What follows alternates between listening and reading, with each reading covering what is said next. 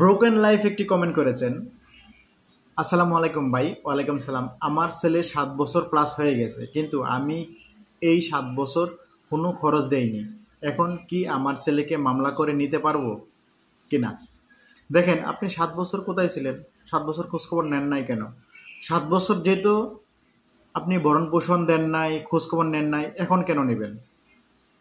তার মানে 7 বছর কে খরচ দিল সেটা খুঁজে বের করেন, তাকে খরচ দেন, তারপরে আপনার সন্তানকে নিয়ে আসেন।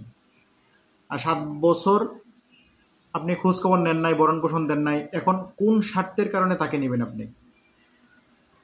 সেটা কোনো আইন না।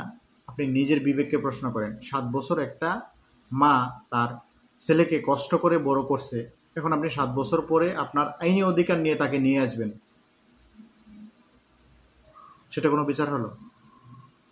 আমি আপনার বিবেককে বলতেছি না, আমি শুধু যুক্তির কথা বলতেছি। আশা করি উত্তরটি পেয়েছেন।